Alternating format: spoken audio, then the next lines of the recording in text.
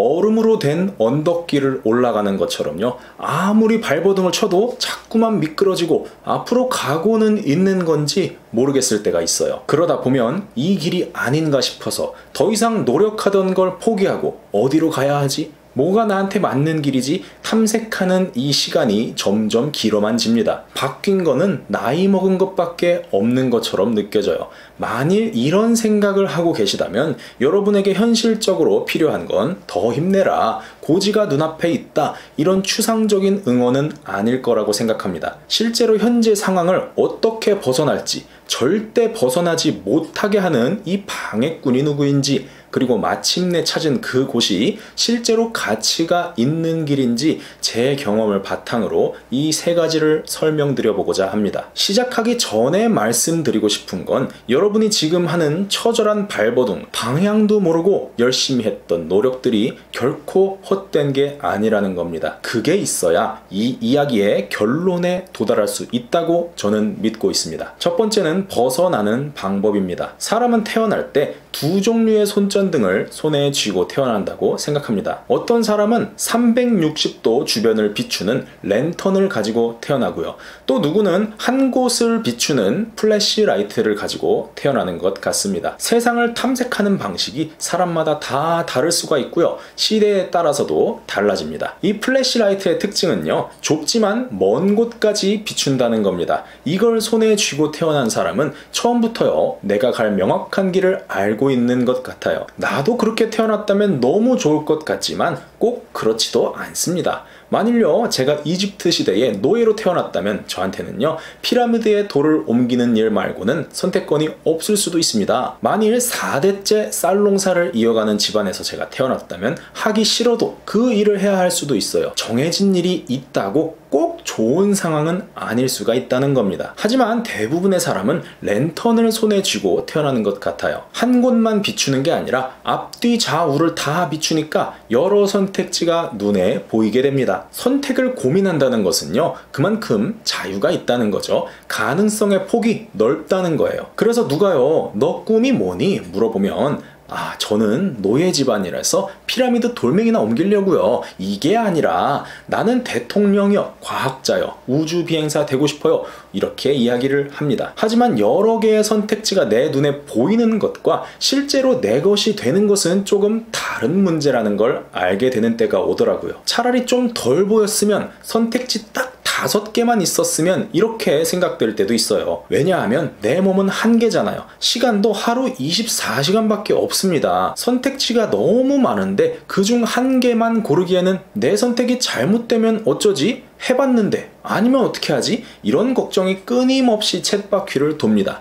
가장 큰 문제는 내가 선택한 방향으로 투자를 했는데요, 원하는 꿈을 이루기 위한 내 성적이나 타고난 신체, 재능, 이런 게 부족할 수도 있다는 불확실성입니다. 이런 절망을 느끼면 길을 헤매게 되고요. 점점 이전보다 낮은 목표, 내가 현실적으로 할 수 있는 일들로 꿈이 변해가다가요, 결국에는 실행 없는 탐색만 하게 됩니다. 그렇게 2차 탐색, 3차 탐색, 4차, 5차 넘어가다 보면요, 이런 결론이 나오기도 합니다. 나는 과연 할 수 있는 사람인가? 라는 의문이죠. 미래학자 엘빈 토플러가 1989년에 발간한 퓨처 쇼크의 내용에 따르면요, 인간의 신체는 새로운 변화와 사회적 요구를 받아들일 수 있는 한계가 있다고 합니다. 미래가 다가올수록 이 신체적 한계를 벗어난 많은 정보와 자극이 의사결정에 과부하를 준다는 거예요. 이때 신체적 심리적 고통만 점점 세지고 선택은 점점 하지 못하게 되는 오류가 생긴다는 겁니다. 이걸 신체적 차원의 미래 쇼크라고 불러요. 그리고 우리는 엘빈 토플러가 30년 전에 예견한 그 미래에 살고 있습니다. 과잉 정보는 고통을 만들고 의사결정을 둔하게 만들어서 현 상태에 머물게 한다는 겁니다. 공감하시나요? 하지만 이건 분명한 함정입니다. 우리가 들고 태어난 랜턴이라는 건요, 내 주변에 많은 것을 비춰주는 대신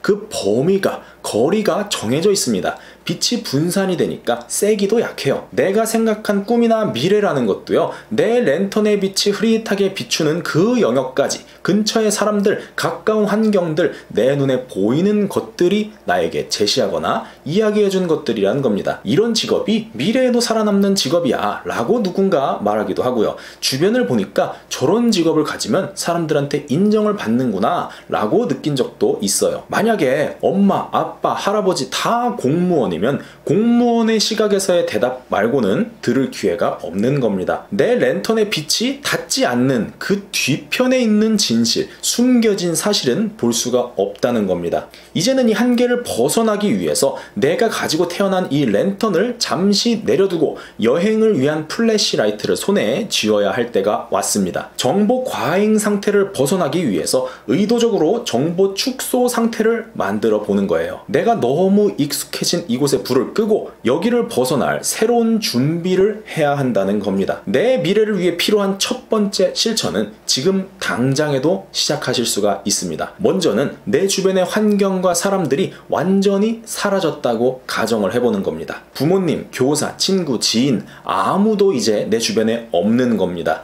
만일 나는 요리사가 되고 싶어요. 근데 한국이 아니라 아는 사람 한 명 없고 연락도 어려운 곳에 가서 요리 직업을 한다고 생각해 보는 겁니다. 그러면요, 어머 너 요리사 됐구나, 너 여기 취직했구나, 요즘 그 직업 어때? 이런 사소한 교류조차도 완전히 사라지는 거예요. 그럼에도 내가 요리사라는 직업 자체에서 의미를 찾고 십수년 할 수 있는지 생각을 해보는 겁니다. 우리가 지금까지 하던 가치 판단에 새로운 기준을 설정하는 거예요. 나는 그럼에도 할 수 있겠다 이렇게 생각이 된다면요, 두 번째 스텝입니다. 이제 어떤 방식으로든 그 직업을 체험할 수 있는 방법을 찾는 겁니다. 요리사 일을 직접 할 수가 없다면 식당에서 양파 까고 바닥 닦는 잡일이라도 일단 시작을 해보는 겁니다. 저는 처음에 그렇게 시작을 했어요. 거창하고 번듯한 게 준비될 때까지 기다리고 기회를 찾으면 아무것도 못해요. 만일 잡일도 찾기가 어려우면 식당에 재료 공급하는 노동일이라도 찾아보시는 거예요. 매우 특수한 직업이 아니라면 그걸 옆에서라도 관찰할 수 있는 방법이 다 있습니다. 이것이 검증의 단계예요. 지금부터는요, 주변에 그 직업 어때요? 그 일 어떻게 생각하세요? 이렇게 물어보는 건 완전히 스위치를 끈다고 생각하고 내가 직접 경험들을 해보는 겁니다. 어차피 주변 사람들이 아는 것과 내가 아는 것이 크게 차이가 나질 않아요. 경험해보지 못하면 절대 모르는 것이 있습니다. 만일 직접 만날 수 없는 사람이라면 이메일로 궁금한 점, 조언을 구합니다, 이런 내용을 보내보세요. 경험상 10명 중 한두 명은 답장을 해주더라고요. 답장이 안 오면 더 많은 사람한테 보내보세요. 진짜로 이 메일을 보내보실 분들이 분명 있을 거라고 생각해서 팁을 드리자면요, 그 사람의 입장에서 듣고 싶을 것 같은 내용들을 앞부분에 넣어주시면 정말 좋습니다. 아주 장문의 답을 해주는 분도 많이 있어요. 내가 할 수 있는 최대한 먼 곳을 비춰보고 그 근처라도 기웃거려 보면요, 분명히 알게 되는 게 있습니다. 내 주변에서 알려준 내용과 내가 직접 찾아서 알아낸 그 내용이 정말 상상 이상으로 다르다는 겁니다. 내 머릿속에 있는 환상이 완전히 깨져버릴 수도 있고요, 생각하지도 못한 일에서 매력을 느낄 수도 있습니다. 실제로 그 일을 해보고 도전해본 사람만이 알 수 있는 게 있다는 거예요. 이게 재인지를 하는 과정입니다. 이렇게 내 눈으로 직접 확인한 근거가 있으면요, 도전을 시작하고 반복하는 게 생각보다 어렵지 않아요. 내가 선택해보기로 한 일, 직업이 오히려 기대가 될 겁니다. 잠깐 정리하면요, 우리는 5단계를 거쳤어요. 첫 번째로 정보 과잉을 인지했습니다. 정보가 너무 많다는 건 다르게 말하면 정보의 깊이가 얕고 정확하지 않다는 거예요. 정확하게 모르니 두려움을 느끼게 되고요, 행동은 점점 줄어듭니다. 이걸 해결하기 위해서 2번 정보 축소를 했어요. 주변의 시선과 조언을 잠시 내려두고 나 스스로 이걸 하고 싶은지 직접 판단하기를 시작했습니다. 새롭게 3번 기준 설정을 한 거예요. 이제 내가 설정한 기준이 맞는지 내가 하려는 직업이나 일을 체험해보는 실행이 일어납니다. 이게 4번 검증이에요. 직접 실행을 해보니까 내가 지금껏 들은 이야기나 내 상상하고 다르다는 걸 깨달아요. 5번 재인지입니다. 이렇게 재인지된 경험이 쌓이다 보면요, 그 중에서 내가 제대로 뛰어들어 볼 일의 갈피가 잡히게 됩니다.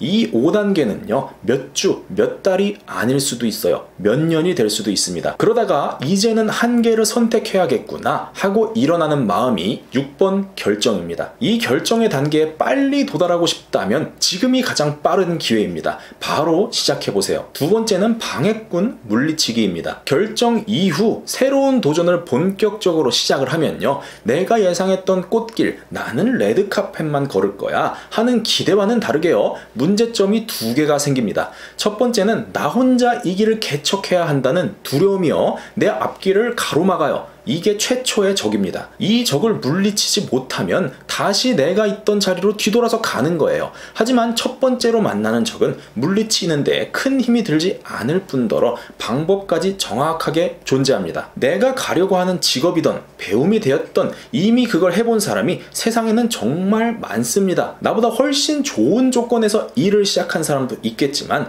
저 형편에 어떻게 했나 싶을 정도의 길을 간 사람도 있습니다. 그 선배들의 압축 노하우를 가장 싸게 구하는 방법이 책을 읽는 겁니다. 책을 읽고 진짜인지 직접 해봐서 검증해보고 다시 찾고 이걸 반복하면요, 실력이 되고요, 실력이 쌓이면 두려움이 사라집니다. 이걸 좀 빨리 하고 싶으면 돈을 내고 배우던 고수를 찾아가던 이런 여러 가지 방법이 존재할 겁니다. 중요한 거는 배우고 검증하고 이걸 반복을 해야 된다는 거예요. 모르기 때문에 두려운 것이지 알게 되면 그냥 처리하고 실행하면 되는 일상이 됩니다. 이제는 이전에 느꼈던 것과는 전혀 다른 종류의 감정이 찾아옵니다. 일단 해보면 되는데 왜 이렇게 늦게 했을까, 이 생각만 남게 됩니다. 첫 번째 적을 물리치고 두 번째로 겪게 되는 문제가 있어요. 시작의 두려움을 물리치고 본격적인 도전을 시작하면 나를 구렁텅이로 밀어버리려고 하는 진짜 적이 보인다는 겁니다. 그게 정말 안타깝지만 내 주변인입니다. 너 그러다 망해. 내 주변에 그거 준비하다가 나락간 사람이 태반이야. 이런 말을 듣기 시작합니다.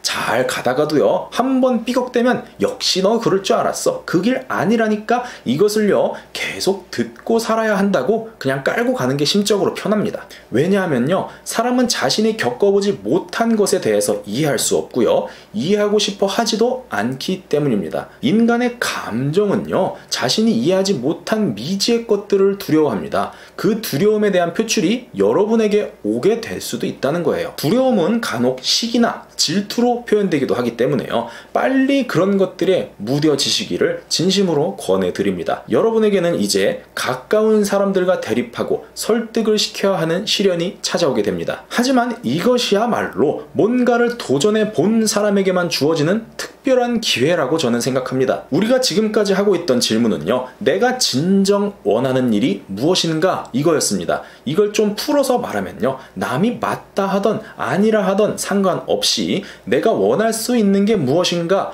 이 질문과 동일한 것입니다. 즉, 내재적 동기를 가지고 일할 수 있는가에 대한 답을 찾고 있는 겁니다. 맥킨지의 조직 건강 지수 데이터는요, 약 1300개 조직에 300만 명의 직원을 대상으로 10년간 실시한 설문조사 결과인데요, 내재적으로 동기부여된 사람은 업무에 32% 더 전념하고 46% 더 만족을 느끼고 다른 직원보다 탈진을 훨씬 덜 겪으며 16% 더 나은 성과를 낸다는 것을 보여줍니다. 나 스스로 동기를 만들 수 있어야 내 길을 계속 갈 수 있을 뿐더러 성과도 낼 수가 있다는 거예요. 다시 말해서요, 누가 와서 너 그거 아닌데? 너가 하는 거 지금 시대에 안 먹혀? 이렇게 떠들어도 별 상관없이 여전히 내가 원하고 있다면 그것은 여러분이 원하는 일일 겁니다. 만일 주변의 부정적인 표현과 말들을 이겨낼 수가 없고요, 오히려 고개까지 끄덕여진다면 그건 여러분이 할 수 있는 일, 원하는 일이 아닐 수도 있습니다. 때문에 부정적인 질문이야말로 여러분이 가려고 하는 길의 방향을 확고히 하는 나침반이라고 말씀드리고 싶습니다. 이제부터 그 나침반을 따라서 계속 여행을 이어나가는 겁니다. 중간 정리를 하면요,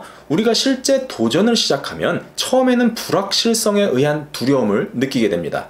하지만 일이라는 특정 영역의 불확실성은 학습을 통해서 줄여나갈 수가 있습니다. 그러면 어느새 아무런 불안이 느껴지지 않는 일상이 되어, 하지만 내 주변의 사람들은 여전히 내가 하는 일에 대해서 잘 모르기 때문에 두려움을 느끼고요, 그 감정을 여러분에게 표현할 수도 있습니다. 이 질문에 대답해 나가는 과정은 나에게 내재적 동기가 있는지를 확인하는 나침반이 됩니다. 세 번째는 얻게 되는 것입니다. 이제 우리가 선택한 길을 계속 가기 위해서 또 한 번 넘어가야 하는 난관이 있습니다. 주변에 계속된 의심을 그냥 무시하고 가기에는 사람의 정신력이란 게 한계가 있습니다. 이때 설득이란 게 필요합니다. 내 일은 가치 있는 일이고 내가 이 일을 하는 이유는 이런 것들 때문이다. 이 주장이 남들이 보기에 합당하고 실현 가능해 보이는 모양새가 되었을 때, 그때가 내가 가는 길의 가치가 남들 앞에서 첫 번째로 증명되는 순간입니다. 내 길에 대한 기준과 가치관이 생기게 된다는 겁니다.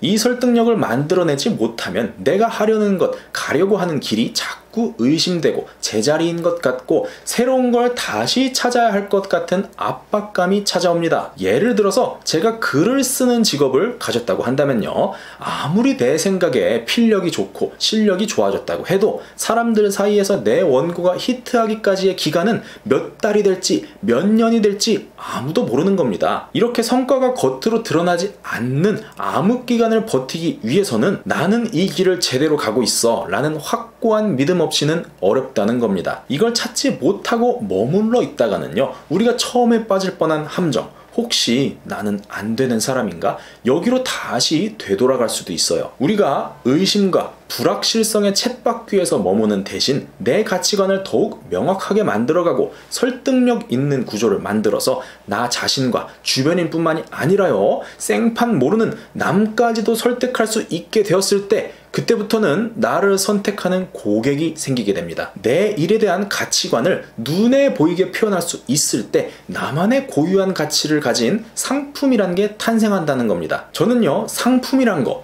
혹은 직업이란 것이 꼭 특허를 받거나 엄청나게 멋져 보이거나 이전에 없던 혁신적인 것만 가치 있다고 생각하지 않습니다. 여러분이 선택한 직업이나 방향 혹은 내 비즈니스가 매우 보편적인 걸 수도 있어요. 하지만 그건 핵심이 아니라는 겁니다. 과거에 회사 복합기 임대 업체를 알아본 적이 있었는데요, 총 5개 회사에 문의를 했었습니다. 3개의 업체는 임대 가격과 설치 가능한 일정을 메일로 보내줬어요. 또 다른 업체는 최신 복합기 스펙과 할인 정책을 가지고 설득을 했고요. 마지막 업체는 이런 말을 저한테 했습니다.